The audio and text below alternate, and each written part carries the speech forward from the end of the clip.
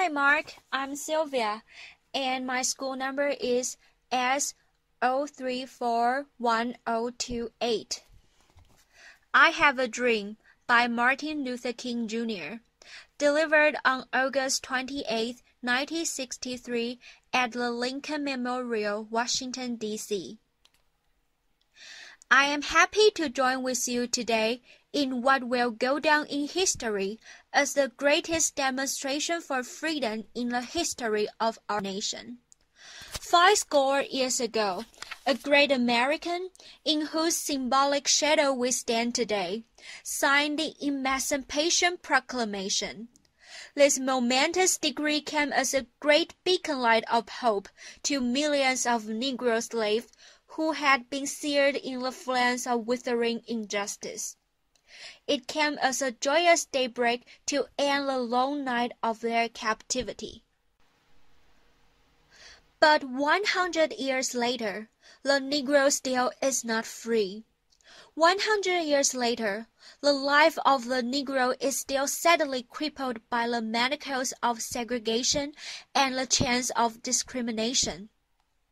100 years later, the Negro lives on a lonely island of poverty in the midst of the vast ocean of material prosperity. 100 years later, the Negro is still languished in the corners of American society and finds himself an exile in his own land. And so we've come here today to dramatize a shameful condition. In a sense, we've come to our nation's capital to cash a check. When the architect of our republic wrote the magnificent words of the Constitution and the Declaration of Independence, they were signed a promissory note to which every American was to fall heir. This note was a promise that all men, yes, black men as well as white men, would be guaranteed the unalienable rights of life, liberty, and the pursuit of happiness. It is obvious today that America has defaulted on this promissory note, insofar as her citizens of color are concerned. Instead of honoring this sacred obligation, America has given the Negro people a bad check, a check which has come back marked insufficient funds. But we refuse to believe that the Bank of Justice is bankrupt. We refuse to believe that there are insufficient funds in the great vaults of opportunity of this nation. And so, we've come to cash this check, a check that will give us upon demands the riches of freedom and the security of justice. We have also come to this hallowed spot to remind America of the fierce urgency of now. This is no time to engage in the luxury of cooling off or to take the tranquilizing drug of gradualism. Now is the time to make real the promises of democracy. Now is the time to rise from the dark and desolate valley of segregation to the sunlit path of racial justice. Now is the time to lift our nation from the quicksands of racial injustice to the solid rock of brotherhood. Now is the time to make justice a reality for all of God's children. It would be fatal for the nation to overlook the urgency of the moment. This sweltering summer of the Negro's legitimate discontent will not pass until there is an invigorating autumn of freedom and equality. 1963 is not an end, but a beginning. And those who hope that the Negro needed to blow off steam and will now be content will have a rude awakening if the nation returns to business as usual. And there will be neither rest nor tranquility in America until the Negro is granted his citizenship rights. The whirlwinds of revolt will continue to shake the foundations of our nation until the bright day of justice emerges. But there is something that I must say to my people. who stand on the world threshold which leads into the palace of justice. In the process of gaining our rightful place, we must not be guilty of wrongful deeds. Let us not seek to satisfy our thirst for freedom by drinking from the cup of bitterness and hatred. We must forever conduct our struggle on the high plane of dignity and discipline. We must not allow our creative protests to degenerate into physical violence.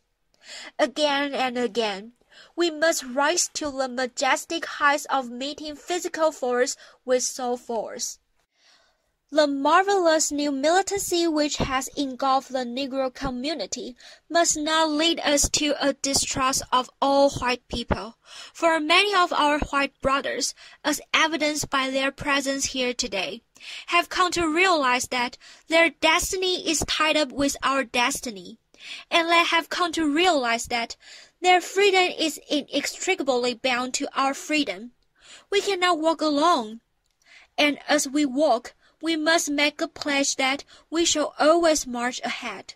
We cannot turn back. There are those who are asking the devotees of civil rights, when will you be satisfied? We can never be satisfied as long as the Negro is the victim of the unspeakable horrors of police brutality. We can never be satisfied as long as our bodies, heavy with the fatigue of travel, cannot get lodging in the motels of the highways and the hotels of the cities. We cannot be satisfied as long as the Negro's basic mobility is from a small ghetto to a larger one. We can never be satisfied as long as our children are stripped of their selfhood and robbed of their dignity by signs stating, "For whites only." We cannot be satisfied as long as the Negro in Mississippi cannot vote, and the Negro in New York believes he has nothing for which to vote. No, we are not satisfied, and we will not be satisfied until justice roll down like waters, and righteousness like a mighty stream. I'm not unmindful that some of you have come here out of great trials and tribulations. Some of you have come fresh from narrow jail cells, and some of you have come from areas where your quest for freedom left you battered by the storm of persecution and staggered by the winds of police brutality. You have been the veterans of creative suffering.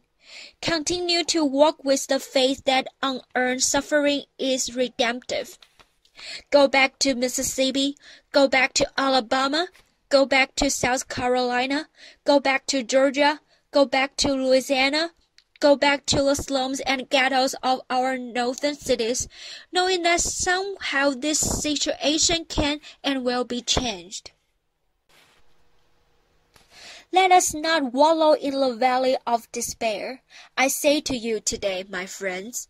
And so even though we face the difficulties of today and tomorrow, I still have a dream. It is a dream deeply rooted in the American dream. I have a dream that one day this nation will rise up and live out the true meanings of its creed. We hold these truths to be self-evident, that all men are created equal. I have a dream that one day on the red hills of Georgia, the sons of former slaves and the sons of former slave owners will be able to sit down together at the table of brotherhood. I have a dream that one day even the state of Mississippi, a state sweltering with the heat of injustice, sweltering with the heat of oppression, will be transformed into an oasis of freedom and justice. I have a dream that my 4 little children will one day live in a nation where they will not be judged by the color of their skin, but by the content of their character. I have a dream today. I have a dream that one day, down in Alabama, with its vicious racists, with its governor having his lip dripping with the words of interposition and nullification, one day right here in Alabama, Little black boys and black girls will be able to join hands with little white boys and white girls as sisters and brothers. I have a dream today. I have a dream that one day every valley shall be exalted, and every hill and mountain shall be made low. The rough places will be made plain, and the crooked places will be made straight. And the glory of the Lord shall be revealed, and all flesh shall see together. This is our hope, and this is the faith that I go back to the south with.